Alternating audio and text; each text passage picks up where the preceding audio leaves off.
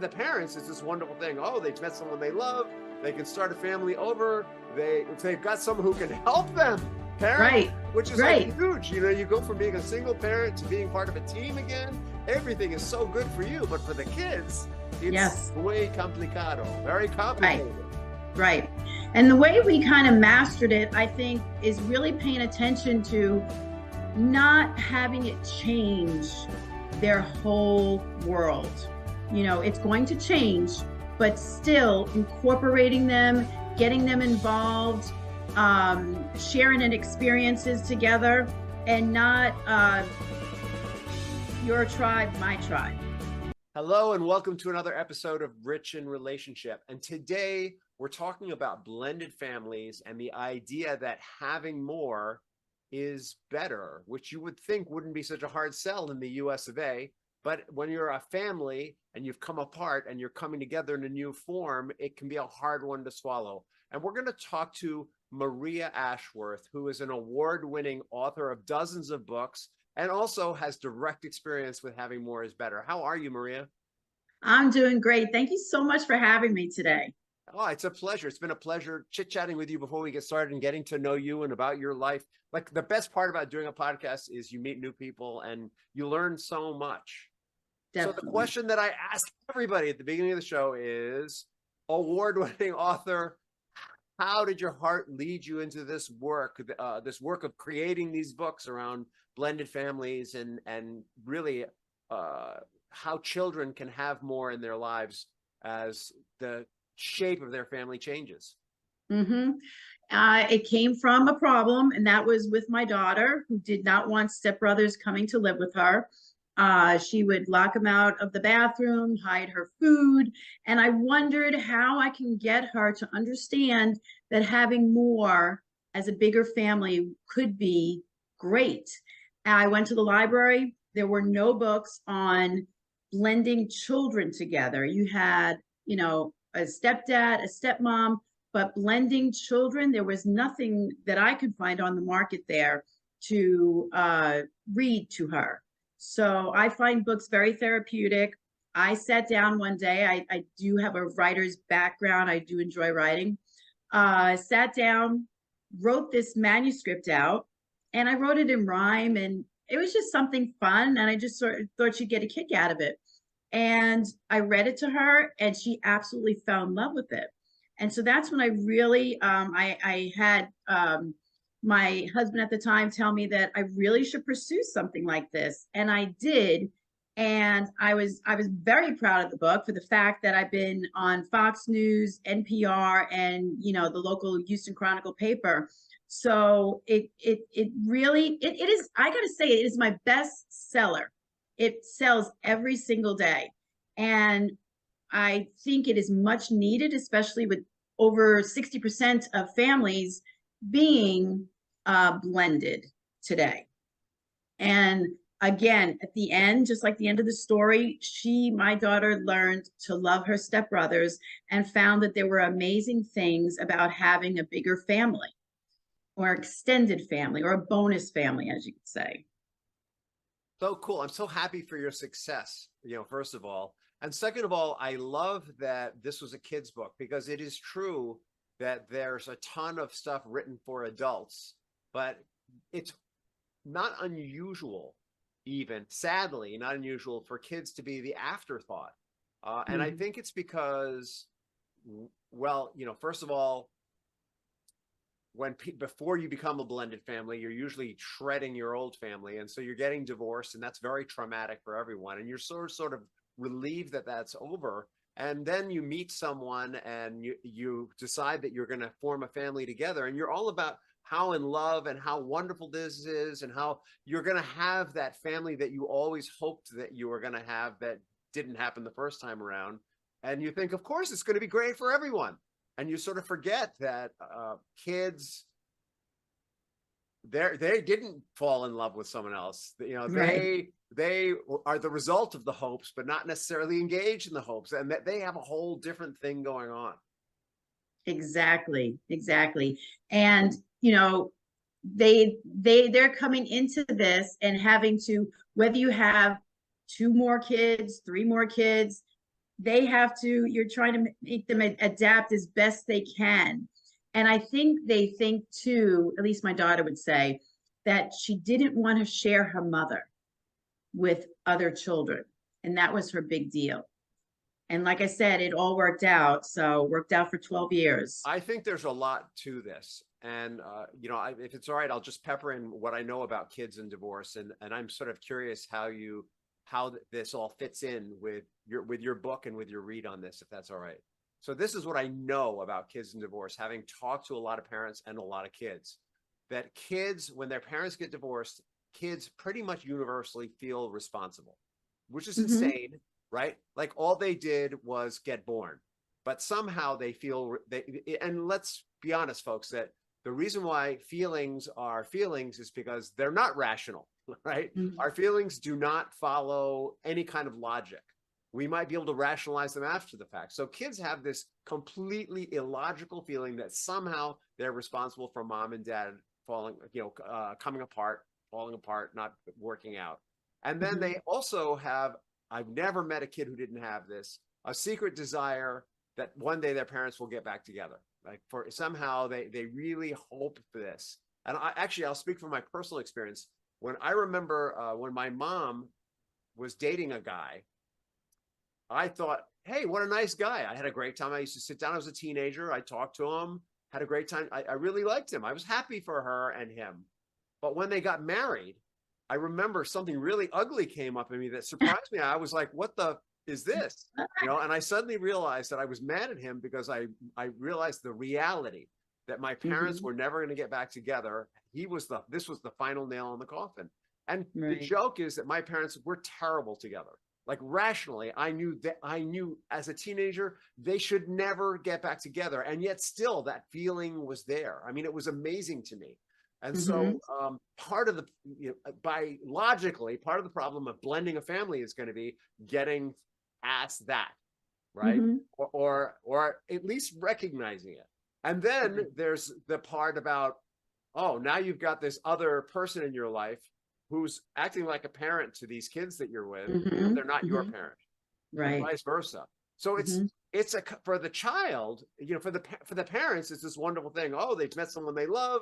They can start a family over. If they've got someone who can help them parent, which is like huge. You go from being a single parent to being part of a team again.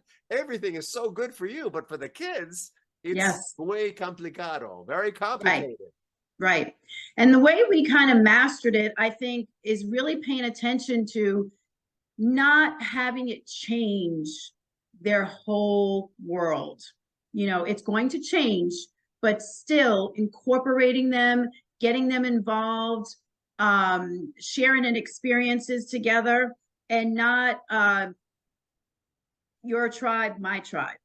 You have to bring them together. And that's how we did things in order for their world not to be disrupted, knowing that mom is still going to be there. Mom is still going to be there when you need me. I'm going to do this, but then I'm also going to help over here as well. And it's okay.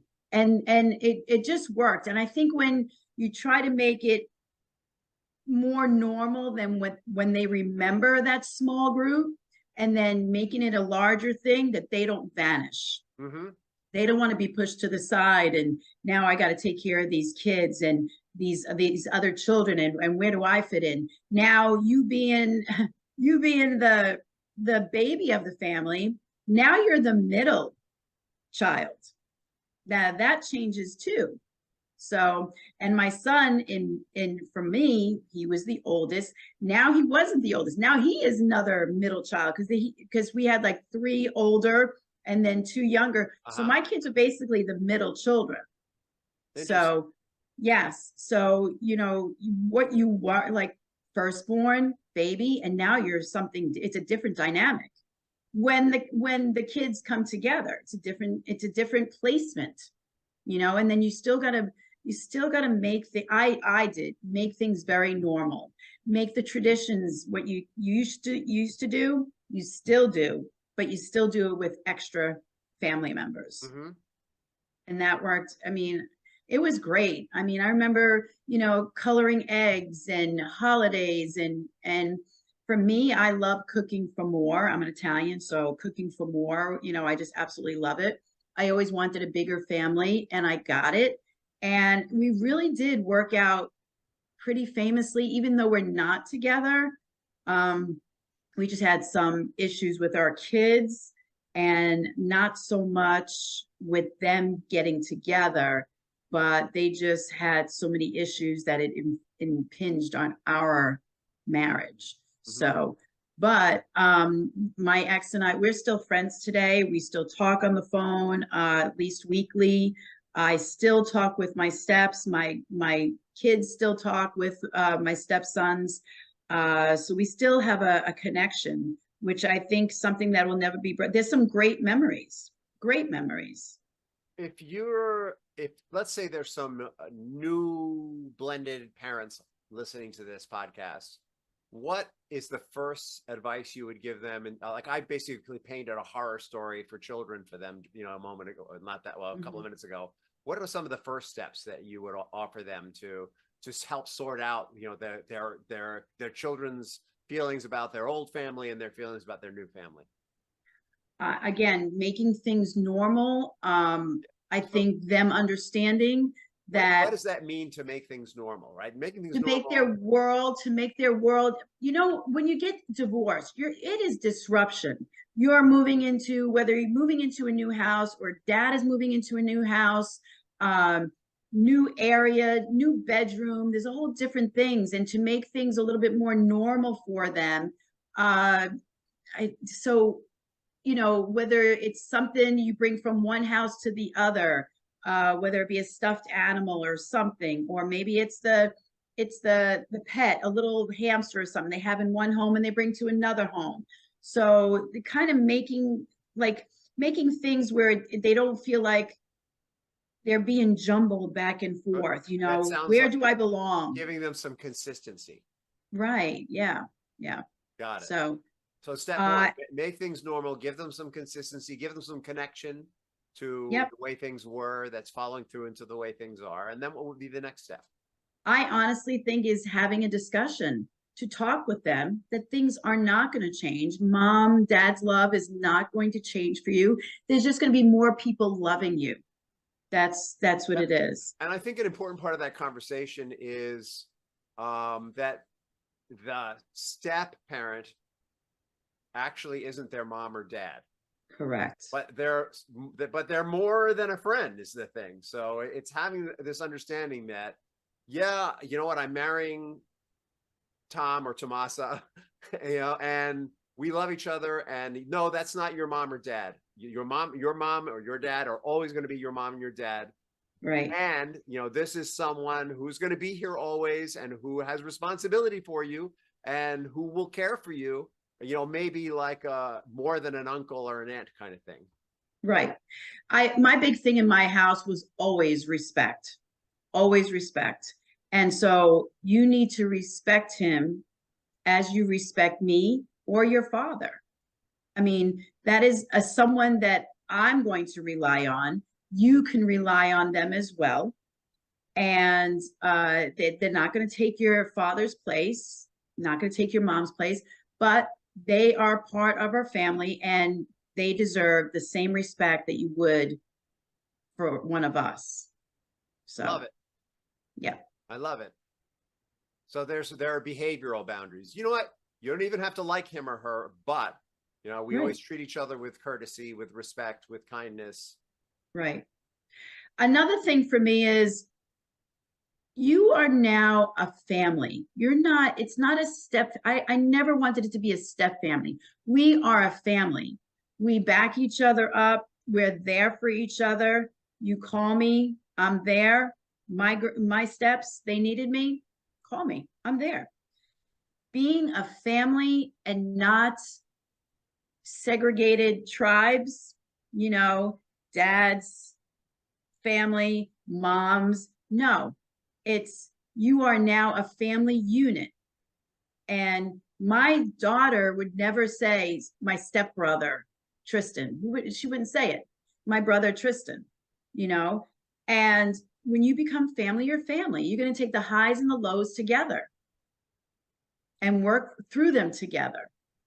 Well, and actually, parents, you may start out as tribes, like heads up. I know in my own family, my son and daughter and my wife's son and daughter, there was a bond that they had that they couldn't possibly have when they first moved in with each other. They had a bond from being children in their families of origin that they took into our new family that they couldn't possibly cross right away, and don't expect them to, Nope. that's okay.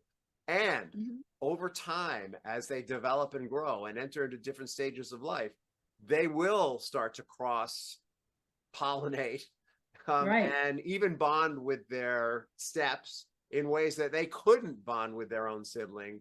It'll be qualitatively different and maybe even stronger in some ways. And my kids are now of marrying age, and it's really interesting, as their love interests get to know each other. That changes the dynamic completely. I have a daughter on one side whose now husband is really connected with my wife's son on the other side, and so my wife's son and his wife and my daughter and her husband have like this very unique relationship that's completely separate from their blood siblings, because there's a connection between their partners, that's really unique and special. And so there's all kinds of ways that families come together. Don't worry about it being too cliquey, I guess is what I'm saying. It's like when you go to high school and they're cliques and you can't see. No, yeah. At first, when your families come together, it's going to be a little cliquey. It is, but when you grow, you learn to trust and you learn to let them in. It becomes, you start to, pull away a little, and you're okay. Mom's still here. It's okay, but we're still working together. And I think like trusting your new family, trusting that new dynamic. Maria has a number of books on this that will help your children and maybe even you. And she also has a YouTube channel where she does readings for people. Maria, how can people find your books and your YouTube channel? So you can go to www.mariaashworth.com, and that's where all my books are, what I do. Also from there, you can get onto YouTube, and my YouTube channel is at Maria Ashworth, and there I am reading my books. I am singing songs that I use in my daily, my day work, to the children from infant on up that I absolutely love. And I'm still producing more books. I'm getting 3 more books coming out. One of them is The Power of 3, just like we talked about. My family was a power of 3.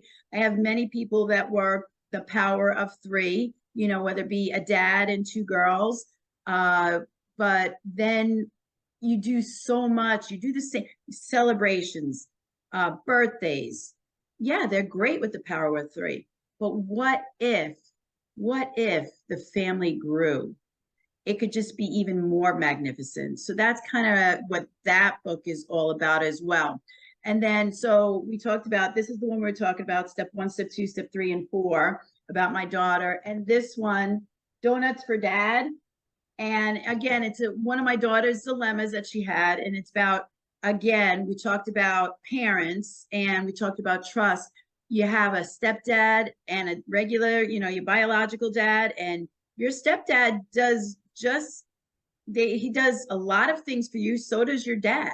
So that was kind of her dilemma, is who do I take without hurting the other person's feelings? Yeah. So that to me is very sweet. And especially in the book, this little boy says, wow, you're pretty lucky, because now you have 2 dads, Nice. So this is the basis of having more is better. Exactly. So again, I call these almost like bonus books, because they do a lot, like the step 1, step 2, step 3, and 4. That one's written in rhyme. And I just felt that I can get the story across in a lighter way without it being so serious and dragging it down. I want you to do some hip hop videos using that book. Like I want you to dress the part and get up there and rap step one, step two, step three, step four. I think that would be really fun. I'll wrap it. All right. I'll wrap it. Maria, Yes. what's the legacy that you want to leave behind? For me, one, it's the love of reading. I want others to know that I was an avid, advocate for kids to read and enjoy reading. Two, for me, there are problems in each one of these stories that get to be solved. And I want them to be more of like a self-help and to know that I did make a difference. And I mean, like in my day job, I see what is happening through my books or through my own entertainment of what I do with the children. But to leave a part of me behind and say, I did it. And I'm proud of what I've done. Nice. And yes. I love it. All right. Well, thank you so much for being on the show and for sharing your books and, more important, your experience, strength, and hope. Thank you so much for having me. This was great. I loved it. Thank you so much.